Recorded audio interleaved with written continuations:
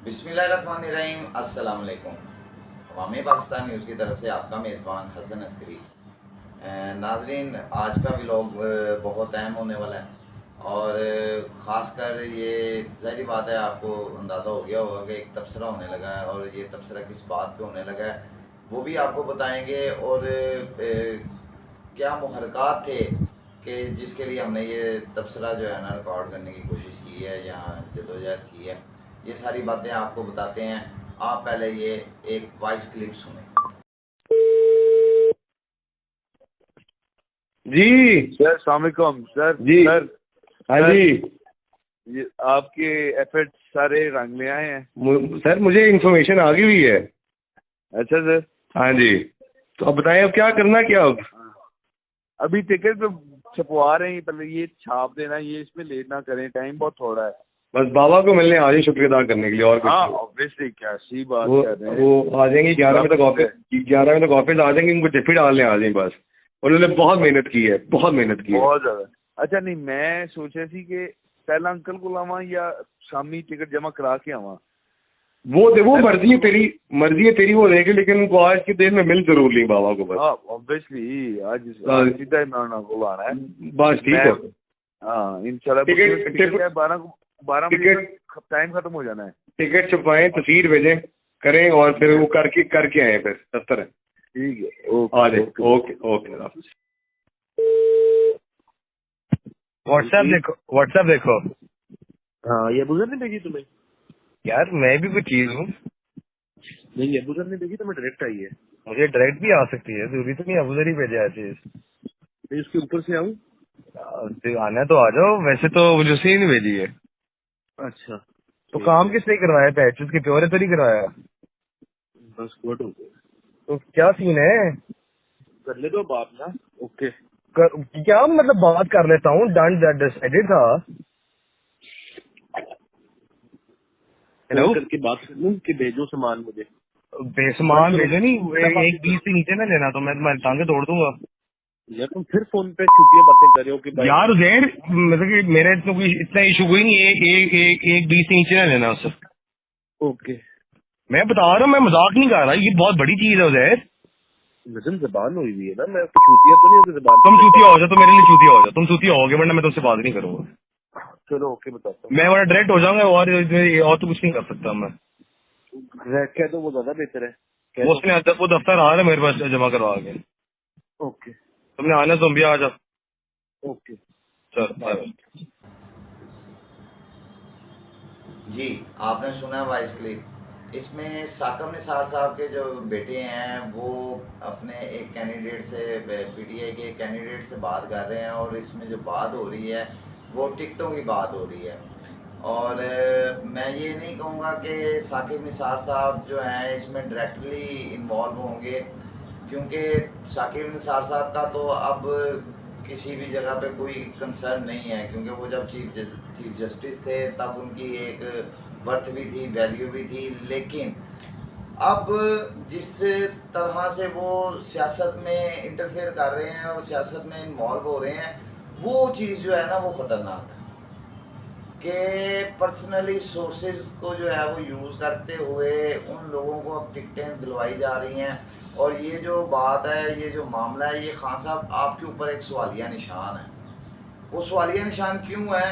वो इसलिए एक सवालिया निशान है कि खान साहब आपने सबसे पहले जो है, ये जब टिकटें देने की बात हुई थी, आपने सबसे पहले एक बात की थी कि मैं जो टिकटों का प्रोसेस है वो मैं खुद मोनीटर करूँगा और ये जो टिकटें हैं ये मैं खुद देख के इशू करूँगा।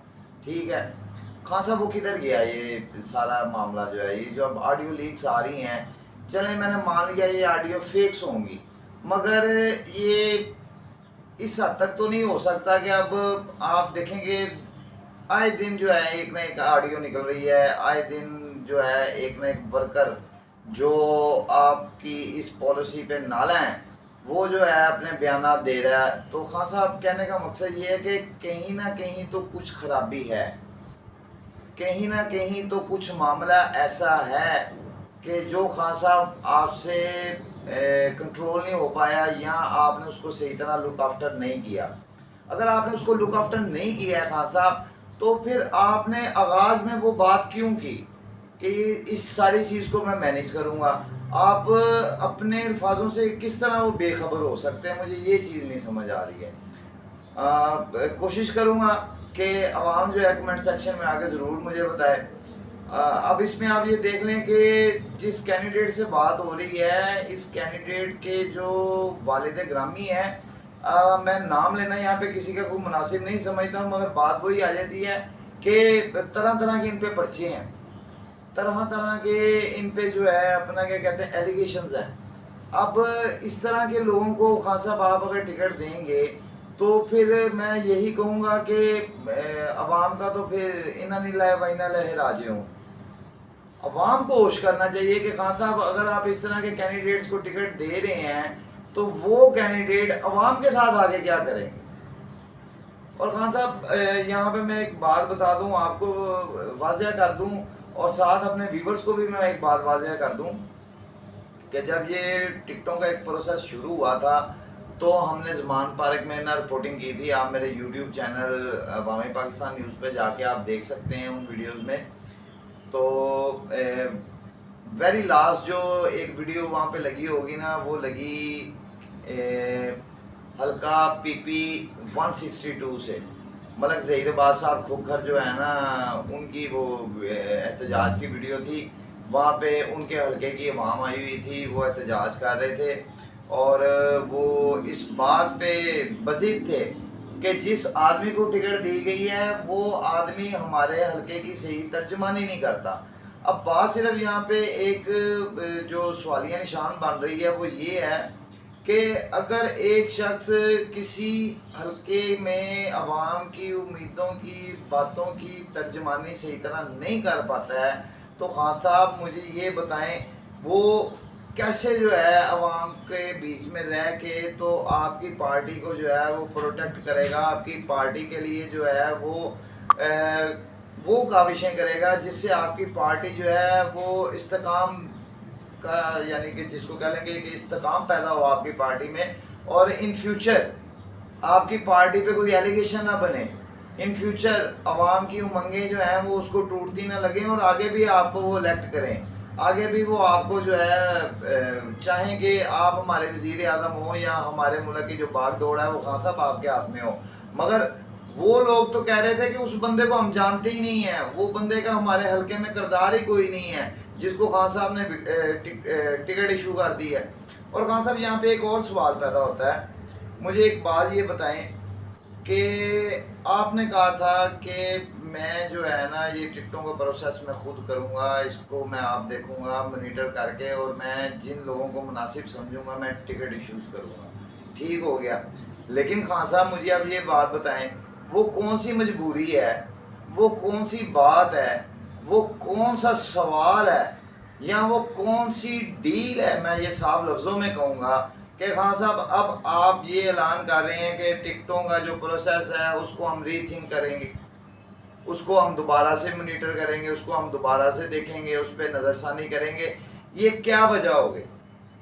और खान साहब यही यू टर्न्स जो हैं ये आपको और आपकी पार्टी की वैल्यू को डिग्रेड कर रहे हैं। और अगर इस तरह के इश्यूज आपकी पार्टी को जो है डिग्रेड करते रहेंगे, और मुझे खान साहब एक बात बता दें कि क्या आपको लगता है कि मुल्क पाकिस्तान और मुल्क पाकिस्तान की जो कौम है वो जिन हालातों में सियासतदान ले आए हुए हैं बशमूल आपके, कि वो इस किस्म के एक्सपेरिमेंट झेल सकती है, इस किस्म के तजर्बात झेल सकती है कि वो 5-5 साल इंतज़ार करे कि नए हुक्मरान आएंगे, नए लोग आएंगे, वो हमारे साथ यूं कर देंगे, हमारे मामलात को यूं कर देंगे, हमारी इकॉनमी को यूं कर देंगे। आप ये देखें हमारी इकॉनमी कहाँ पे जाके क्रैश हो रही है। आप ये देखें कि गरीब के मुंह से रोटी का निवाला तक छिन गया हुआ है कि जहाँ पे 3 टाइम की रोटी एक गरीब खा रहा था, आज वो गरीब यकीन माने इसमें कोई दुराहे नहीं है और कोई झूठ वाली बात नहीं है, वो 1 टाइम रोटी खाते हैं, 2 टाइम फाका करते हैं। तो खान साहब क्या, मैं तो उन तमाम सियासतदानों को कहूँगा कि क्या आपको मरना याद नहीं है? आप किस किस्म की जो है सियासत कर रहे हैं कि आपको खौफ ही नहीं आ रहा है कि आप लोगों के घरों में भूख मुसल्लत करते जा रहे हैं। आप लोगों को भूख जो है वो ऐसे दे रहे हैं कि जैसे वो रोटी नहीं खाते हैं, वो भूख से ही गुजारा करते हैं।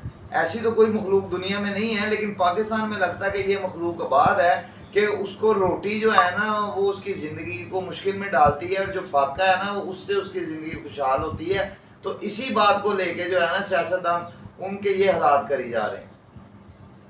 और यहाँ पे मैं एक और बात आपको बता दूं, आप मेरे YouTube चैनल पे जाके देख लीजिएगा। मैंने एक खान साहब आपके फाउंडर मेंबर थे, उनका इंटरव्यू किया था, फैसलाबाद से थे, और उन्होंने एक बात कही कि जब खान साहब 2013 में ये बात कर रहे थे कि भाई मैं टिकटें जो है देख के दूंगा और उन पे मेरी गहरी नज़र होगी इस सारे प्रोसेस पे, और जिसको मैं चाहूँगा उसको ही मैं इशू करूँगा ये टिकट। तो उस शख्स ने मुझे जो बात बताई, यकीन माने मेरे रोंगटे खड़े हो गए थे। यकीन माने कि मुझे खौफ आने लग पड़ा था पाकिस्तान के फ्यूचर को लेके कि यार अगर खान साहब आप इस दफ़ा भी उस तरह करेंगे तो पाकिस्तान का मुस्तकबिल कहाँ पे खड़ा है। मैं यकीन माने कि वो अल्फाज आपको बयान नहीं कर सकता। उस शख्स ने मुझे कहा, ये मैं व्यूअर्स आपको भी बता दूं और आप जाके मेरे YouTube चैनल्स पे देख भी लीजिएगा कि 2013 में भी खान साहब इसी तरह की बातें कर रहे थे, और इसी तरह कह रहे थे कि मैं अपनी पार्टी में जो टिकट का मसला है उसको मैं खुद वॉच करूंगा, उसको मैं खुद देखूंगा और मैं खुद इशू करूंगा टिकट, और मैं जिसको अहल समझूंगा मैं उसको दूंगा, चाहे वो मुतवस्सित तबके से क्यों ना हो। मगर खान साहब उस शख्स ने बताऊं मुझे क्या कहा।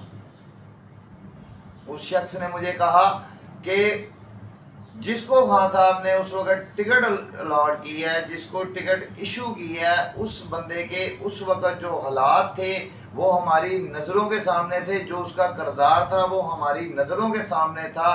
उसके पाँव में ढंग की जूती भी नहीं होती थी। लेकिन खान साहब आपने उसको टिकट दी, उसके बाद पता है आपको कि वो शख्स कहाँ पे गया और उसका क्या हुआ। मैं आपको बताता हूँ, आप उस वीडियो में भी जाके सुन लीजिएगा। उस शख्स के पेट्रोल पंप्स में हिस्से बनने शुरू हो गए, उस शख्स के फ्लोर मिलों में हिस्से बनने शुरू हो गए, उस शख्स के सीमेंट, आटा और बजरी की मिलों में हिस्से बनने शुरू हो गए, गाड़ियां उस शख्स के नीचे आ गई, कैलिबर हाई हो गया। और खान साहब आपको पता है उस हल्के का क्या हाल हुआ। उस हल्के का खान साहब कोई पुरसाने हाल नहीं रहा। बड़े अफसोस से ये बात मुझे कहनी पड़ती है। और फिर उस शख्स ने कहा कि इस दफ़ा भी मुझे यही मामला लगता है। और आप देख लीजिएगा, मैंने अपने सवालों में वहाँ पे बहुत उनके साथ जो है जस्टिफाई करने की कोशिश की, क्लैरिफिकेशनें देने की कोशिश की कि नहीं, इस दफ़ा खान साहब ने खुद जो है इस मामले को देखने का और मॉनिटर करने का जो है वादा किया है, वो खुद जो है सवालात कर रहे हैं। मगर खान साहब ये जो ऑडियो लीक्स आ रही हैं ये तो बहुत बड़ा सवालिया निशान है आपकी कारकर्दगी पे कि क्या आपने फिर वो मुनज़्ज़म तरीके से ये पूरे प्रोसेस को मॉनिटर नहीं किया।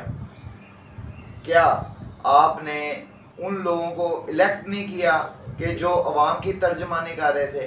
फिर बात वही आ जाती है कि यहाँ पे हर चीज़ बिकती है, जो जितनी बड़ी बोली देगा उसी को ही आगे लेके आया जाएगा। तो फिर खान साहब मुझे यहाँ पे एक बात बता दें, कहाँ पे है वो मदीने की रियासत, कहाँ पे है। फिर आप ये इमेजिनेशन ना दिया करें अवाम को। यकीन माने ये जो फिर बात मुझे मजबूरन कहनी पड़ती है कि ये फिर आप इस्लाम कार्ड खेल रहे हैं अवाम के साथ। आप अवाम के दिलों के साथ खेल रहे हैं, आप उनके इत्मीनान के साथ खेल रहे हैं, वो आप पे इत्मीनान करते हैं।